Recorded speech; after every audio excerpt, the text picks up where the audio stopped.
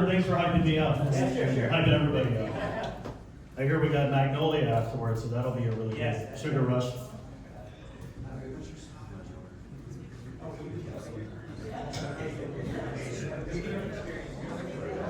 All right.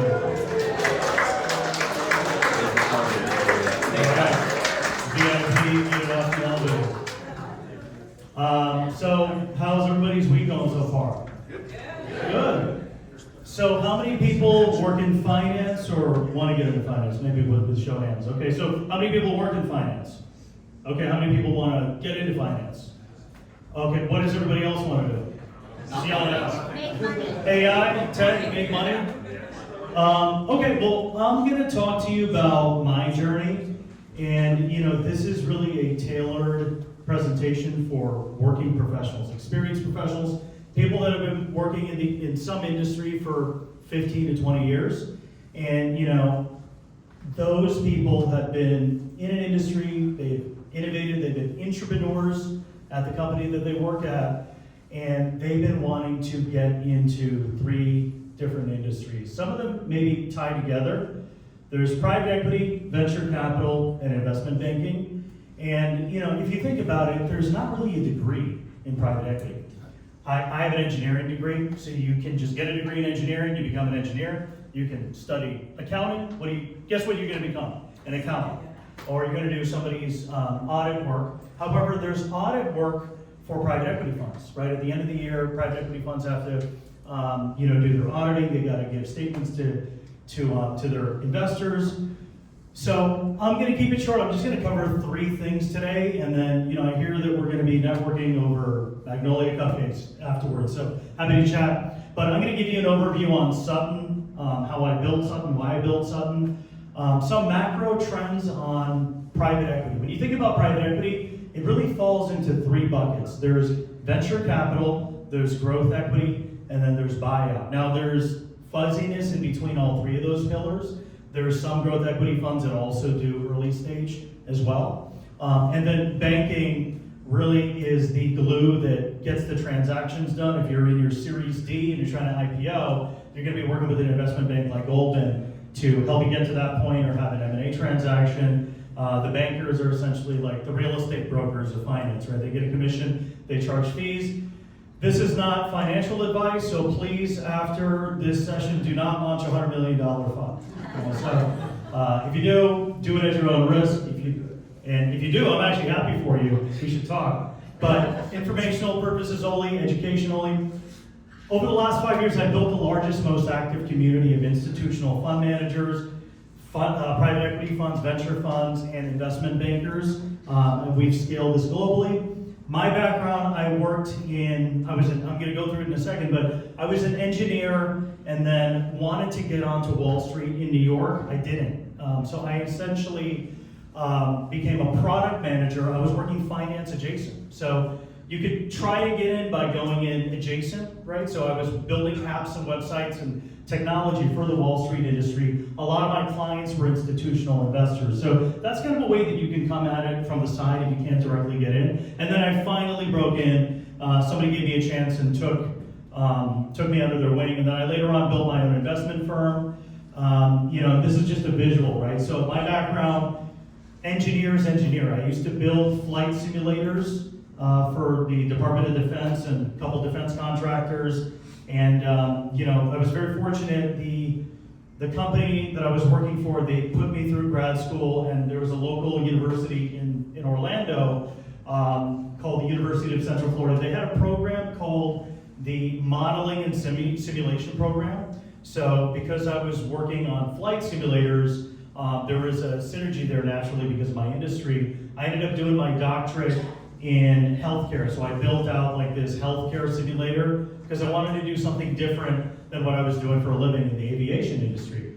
So, when I was doing my PhD, I took a few finance electives, and that's when I really got the bug. I was like, look, I'm doing the wrong thing here. I really want to get into finance, would love to kind of take my technical skills, working on defense technology, deep tech, and maybe be an investor. It's much more lucrative. I was talking to my friends who were working on Wall Street. And then, this is kind of where I made that, middle point pivot I found a niche in product management. So product management means you're essentially the Steve Jobs of the company, right? You're the idea guy. You don't really do anything. You just tell people where the button should go.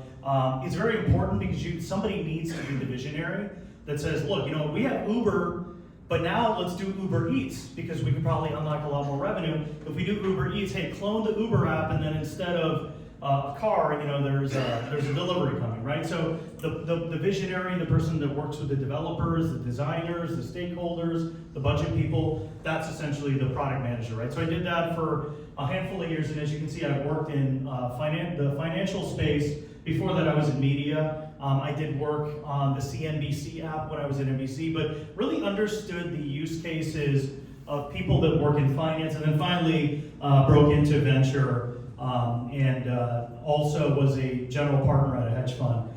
So right now, the way I'm spending my time is I'm investing. I've invested in kind of the sectors that I know, right? I've worked in aviation, so we've invested in deep tech, so invested in a couple rocket companies, hydrogen companies, looking at a bunch of AI companies, and then because I worked in software, we've also invested in the software space.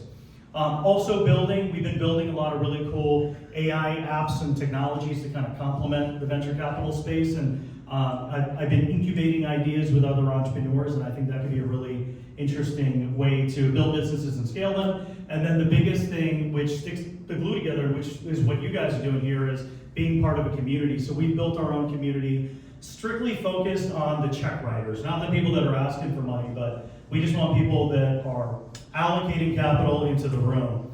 And I talked about this, right? So private equity, the entire bucket, consists, in my opinion, of venture capital, which can be early stage, and then it gets into growth equity, right? That means the company is at $100 to $200 million in revenue, and then buyout is essentially just, there's these private equity funds that will look at how much EBITDA the company is generating, and then they're going to buy them out on a multiple. You guys probably already learned that from your coursework, so you don't need me to teach you that stuff. But one of the big trends, because I'm going to talk about a couple trends, who saw this in the news? Raise your hand. Okay, so only 2 people saw this in the news, 2 people in finance. Actually, you were the one that just wanted money. That was what you were talking about. So you definitely saw this in the news. So Goldman Sachs is buying industry ventures. So we're going to see some more of this activity where these big, massive banks, they're just going to buy out a fund, right? This fund is, they're going to be bought out by $965 million. Maybe on the break, you guys should look it up and we can chat about it. But, this is really interesting because, the venture space is still a small space. So it's really interesting. You see these companies buying other companies, right? Jersey Mike's got bought out by Blackstone, right? But this is the first time that we're starting to see venture funds get bought out by massive financial institutions. What do you get from a venture fund? Now you have all of the companies that those companies have invested in. You're sitting on trillions of dollars of value. Plus, these funds, they charge a 2% management fee, right? So if you're managing $1 trillion, take 2% of that and multiply that by 10 years. It's a lot of money, right? So the economics and the revenues from investing in a fund and actually buying out a fund is going to be really interesting. And then, this was a recent headline here. Blackstone is now repurposing retirement savings into private markets. You're not going to get rich off of a retirement account, right? It's like 0.1%. So there's opportunities to kind of repurpose some of those retirement products to get hopefully a better yield. So we're going to see consolidation, we're going to see repackaging of assets, similar to like how we've been looking at just buying companies and doing strategic mergers and acquisitions. But then the third pillar, which is buyout, is also really interesting. If you look at this chart here, the buyout category has averaged a remarkable 11% annual growth rate for 2 decades, and it's netted a positive long-term cash flow, according to Bain & Company. And then just this figure here is really interesting too, because the global buyout deal volume and value has rebounded in 2024. So as much as what's happening in the market, companies still need funding, and people are sitting on capital that needs to be deployed. So even if there's bad times, even if there's a recession, if you guys remember during COVID, some of the biggest IPOs happened, right? So when there's blood on the streets, it's the best time to invest, right? You don't want to invest when everything is going great. And then, AI has been sucking up a growing chunk of all the venture capital funding in the US, but what is interesting is you can't, if you're going to write a $50 million check to somebody, you're not going to wire that to a robot or an AI bot, right? You still want to build that relationship with that person, very similar to if you're a doctor and you're getting surgery. If you need a heart surgery, you're not ready to go to a robot to give you the heart surgery, right? You still need to talk to a doctor. So I think finance and healthcare are still areas, especially high-risk healthcare, which I don't think in the short term or probably in the longer term will be innovated by finance. There'll be tools and there'll be companion apps and data platforms, but if you have if you've got to get a heart surgery, you're still going to want to talk to a doctor. If you're going to wire a $50 million check to somebody, you're still going to want to talk to who this person is, do a KYC, and figure out who that person is before you wire it. Now, again, there's tools to kind of help you, but again, those are really just kind of complementary tools to actually complete the workflow. Now, I can give you a little bit of wisdom. If any of you guys have changed your mind and decided to raise a massive $100 million fund after this talk, sorry, I think I'm on a call here. But, the platform that we built, it's an educational platform that helps people do two things. Number one, join a fund, and then number two, launch a fund. And we built the biggest community for fund managers. Essentially, we provide, the practical learning, the mentorship, the networking, and then, really the financial modeling. And then the Fund Accelerator has graduated hundreds of fund managers, hedge funds, private equity funds, venture funds, real estate funds. Anything in general is structured as a fund, right? If you think about it, there's so many creative ways that you can take capital, pull it together, and deploy it. You have to talk to your attorneys and make sure everything is compliant with the SEC. But I talked to somebody recently that was raising a fund to buy robots to 3D print homes. So if you think about it, is there an asset that you can invest into that delivers some returns? You can create some type of fund strategy. And I'm going to talk about some insights in terms of fund strategy. And if that's your current state, you want to figure out how to break into there. Some of the people that we've worked with have kind of pivoted pretty quickly, and then some people obviously they're busy with their day job, they're busy with other things they're doing an MBA. So this may be something, if you're trying to make a career pivot, you do it slowly, right? You learn while you earn, you're working, you're building your network, you're connecting with people. This was somebody that was in our program that was a chemist, and what we do in our program is we actually help people work on deals and they get hands-on training. So Rashiro actually was a chemist and joined a fund. Jessie was in the back office, and then she later joined a private equity fund, and then now she's at a hedge fund. And this is kind of like the pinnacle of these three pillars careers, right? So if you think about Steven Schwartzman, he's 80 years old, he's worth $52 billion. That's because he manages $1 trillion of capital. As I mentioned earlier, you're charging 2% fees and more, plus there are success fees if the funds do well. Imagine having 200 funds that are doing the same thing. So private equity has been the most lucrative based on the data that we're seeing, and then the fast follow is venture capital. This is Vinod Khosla, 70 years old, and then everybody knows Jamie Dimon at JP Morgan. He's pushing 70 years old. So the interesting thing about the finance industry, there's often a risk if the leadership leaves. So because of that, there's an opportunity for that leadership to stay a long time. And a typical venture fund is anywhere from 7 to 10 years long. So they need someone to kind of lead the charge on that asset management firm. If Steven Schwartzman left today, that would probably impact some of their REITs and their stock prices. So that's a good thing, I think, with a finance career. You can still be in finance even when you're in your 90s, right? Sam Zell is another private equity investor that essentially passed away a couple years ago. Really successful person. He was in his 90s, and then all of that I forgot his name, but Warren Buffett. Sorry, Warren Buffett just stepped down at the age of 95, right? So I think it's a very durable career, and for me, it's very exciting. If you did want to pivot part-time, a couple things you can do is, this is what I did, use the weight of your existing experience, right? If you're an accountant, maybe you could join a private equity firm and help them in the operations side with all of their fund accounting and compliance. If you're an engineer, you work at a fund that invests in quantum computing. If you're a doctor, work at a healthcare fund. So, lean into who you are, your industry experience, and then, learn the skills, right? Some of the skills are learning how to look at an investment, looking at how big the market size is, learning how to do the financial modeling, learn how to find great deals. All of that is kind of part of the skill sets of sourcing, screening, and analyzing deals. Act like an investor even when you're not. Take a look at deals, read the news, network with other investors. You guys are probably meeting a lot of great mentors in business school that already work in the industry. So, try to get as much information as you can from them.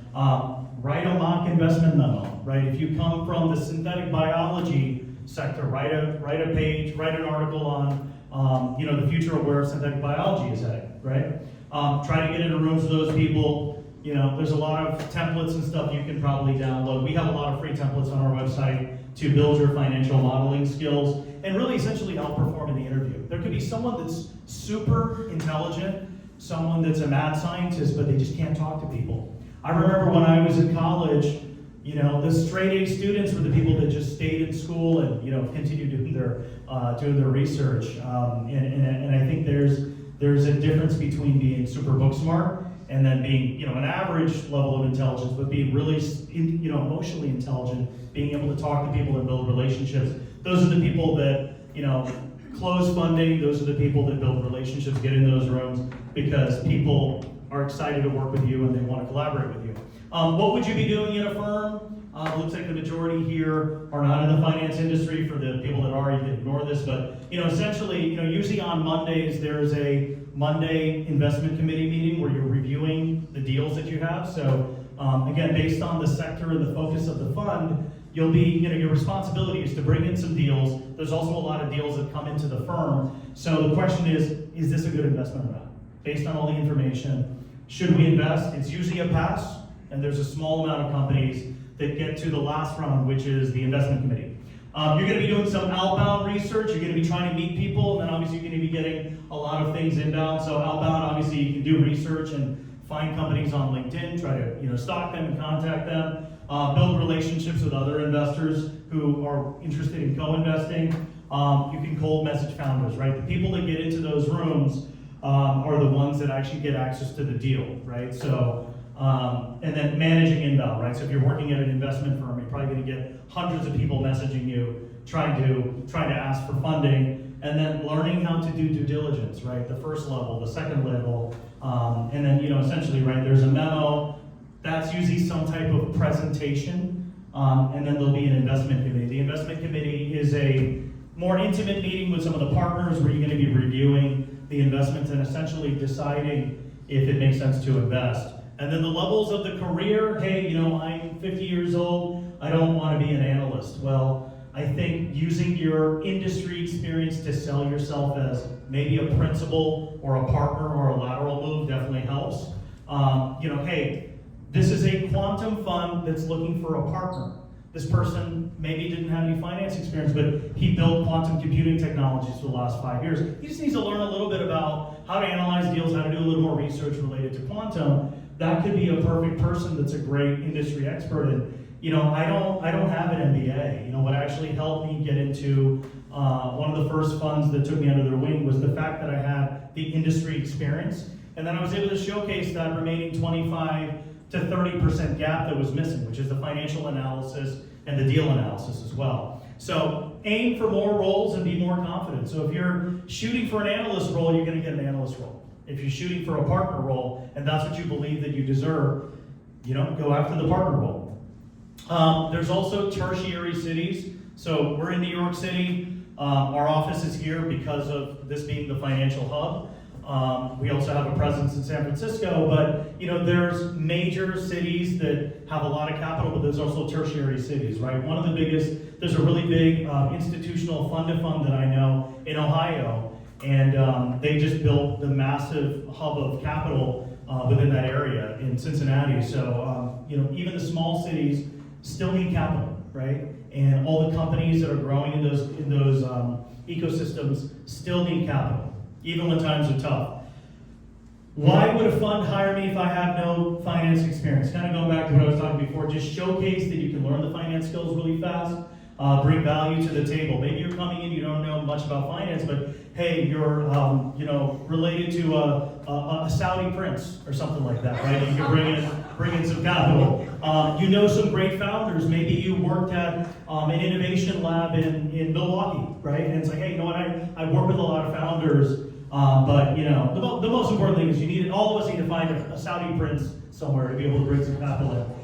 Strategic support. So, maybe you're a CFO. You can come in and provide some sweat equity value to a fund that needs to do their fund accounting. They need to do their bookkeeping. You've done it before. I actually know someone that has done fund admin for a really long time in Utah, and he came on as a partner to a fund because, again, it's essentially free fund admin and CFO support, and then, just the other stuff you can learn. Tech skills. Maybe, I actually had somebody on my podcast that operates a $1 billion AI company, and he ended up launching a $25 million AI fund. And why did he do that? Because he's already in the AI ecosystem, right? So it already makes sense. He has a huge community of founders that are in the AI space. So strategically, it makes sense. Product skills. All of your clients who are the portfolio companies that you invested in need support on sales. They need support on go-to-market strategies. They need support on building a great product that people will love. So if you've worked in tech or product, those skills are really going to add a lot of value to founders. And then finally, the last piece is if you want to launch a fund, why are you launching a fund? What's the point? What is your portfolio construction? How many years long is the fund? What are the terms of the fund? Is it a 2% management fee?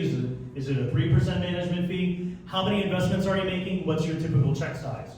And then what is the edge that you have that's repeatable? Are you building this huge flywheel of AI founders, and you have a new cohort of AI founders every 3 months, and just every 3 months you're deploying capital into those companies? Who will invest? Who's actually interested in investing in you and your investment fund? And then, in general, how much do you realistically think you can raise? Same thing, it's the same amount of work to raise a $50 million fund than it is to raise a $5 million fund, because it's the same simple product. You're just positioning yourself for a higher assets under management.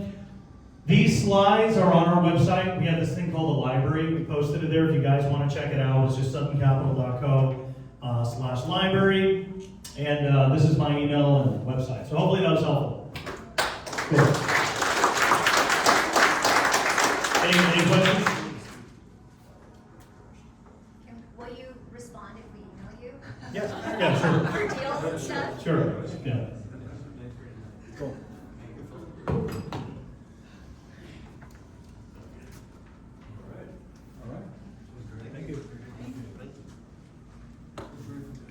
Thank you, Joel. Thank you. This is for you. Oh, thank you. Appreciate it.